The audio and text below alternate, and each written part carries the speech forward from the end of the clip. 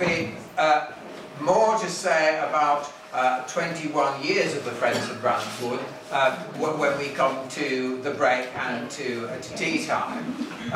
But for the moment, I think we need to get underway with our input for the day, which is, as you see, Ruskin's Old Road Part 2, From the Continent to Coniston.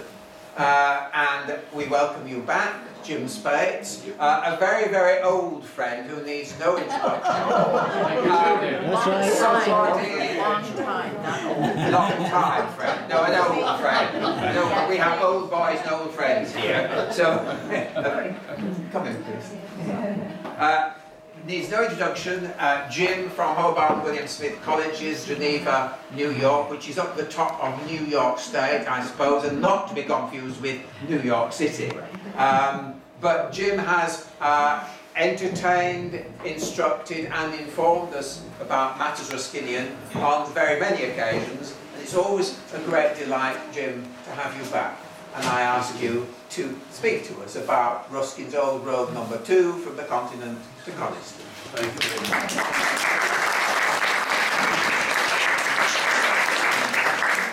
Well, it's great to see everybody. It's nice to see the old man in the background watching over us. Yeah, I didn't think we were going to see him until 4 o'clock when I woke up wondering how things were going to come together here at the end. Anyway, it's been 2 years. And I'm delighted to be back. Thanks for having me back. It's been a fine 2 years for me, and I'm at the end of 6 different Junes on Ruskin's Old Road. After my wife Tracy died, I think you'll remember from my last talk, I didn't know what to do with myself in the summer, and one of my colleagues said, well, why don't you go and travel? And the question was, where would I travel? And it took about 4 seconds to answer where Ruskin traveled. So for the last 6 Junes, I've been on the Ruskin Road, and to try to see where he had been and what he saw. And I took with me his books and his drawings, and of course many Turner drawings as well, and other people's drawings as I went across the continent, and now this last June here in England itself. This last voyage has been Ruskin's England with my dear partner and fiancée Jen Morris, who's with us today, I am delighted to say. It's been a great time. You know, we haven't been over here for 2 years. I came across this, which I thought I would share with you from, her name is Lydia Truss. I don't know whether any of you have read any of her novels, but she has written about the 19th century greats here. And this is a novel called Tennyson's Gift. And she writes about herself in the preface, because it's been some time since her last novel. She said, in truth, Lydia was not dead. She was merely in the United States, which is not quite the same thing. So I'm glad to be here. I hope that along the way, maybe we can light a few lamps for you. That's not my metaphor, by the way, but it's a good one. And today we're going to try to do something different. I don't know how it's going to go, but I have Howard right here next to me. We're going to try to show a number of short videos along the way of the places that we've been, and maybe those will be instructive and maybe they will not, but we'll see. Hopefully we'll not break down. I usually dedicate talks to someone, but now this time it's a little hard to do because there's so many wonderful people that I have met on this Ruskin Road.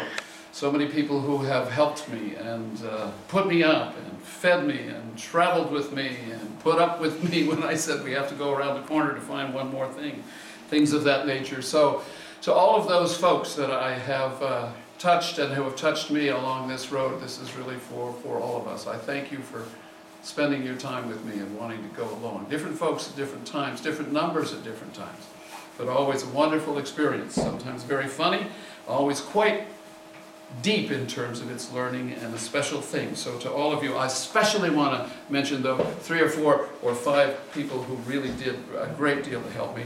Stephen Wildman always responded to my emails with great information that I needed along the road. Clive Wilmer, the Master of the Guild of St. George, did many of the same things as I came across England this year.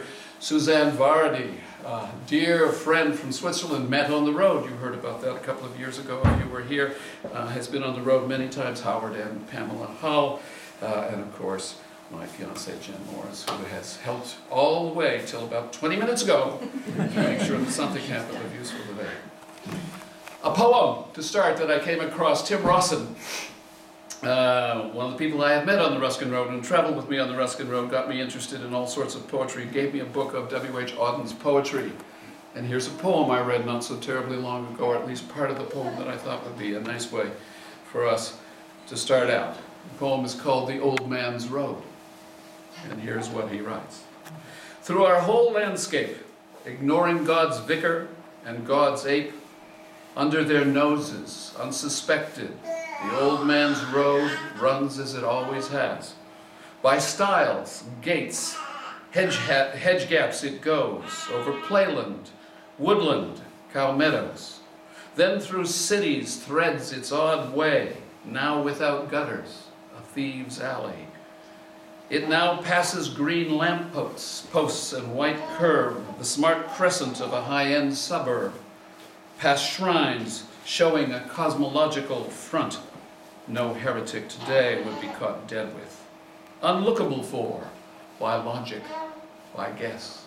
It's a nice poem, I think. I like it very much. Ruskin once said, I write my books to teach others or tell others about the things that I've seen and learned along my way that I think might be of use to them to know. And I went on this road from the beginning with that spirit in mind, knowing that I could kind of rely on him to be my guide and my spiritual kind of mentor as I went, taking all these different things, and he proved to be that all of these years later, and a willingness to be taught by him. And I think I've learned some things that I hope to be able to share with you today.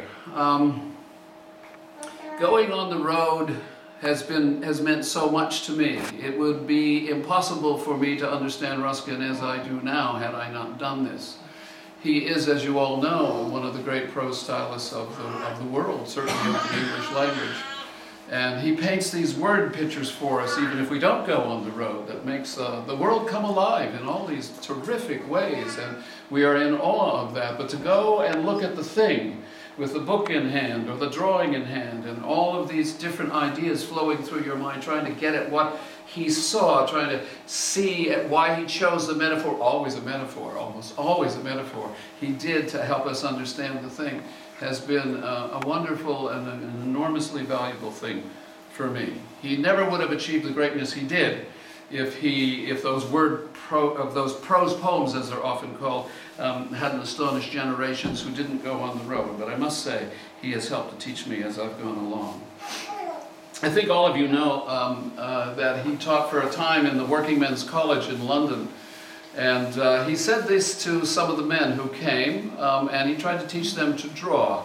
And this is what he said, and I take this as sort of a frame for what I'm going to try to share with you today. He said, now remember, gentlemen, that I have not been trying to teach you to draw, only to see. Two men are walking through Clare Market. One of them comes out at the other end not a bit wiser than when he went in. The other notices a bit of parsley hanging over the edge of the butter woman's basket and carries away with him images of beauty, which in the course of his daily work he incorporates with it for many a day. I want you to see things like these. So Ruskin, Charlotte Bronte said he taught her to see art in a way that she'd never seen it, and that's what I think he's helped me to see a little bit better along the way.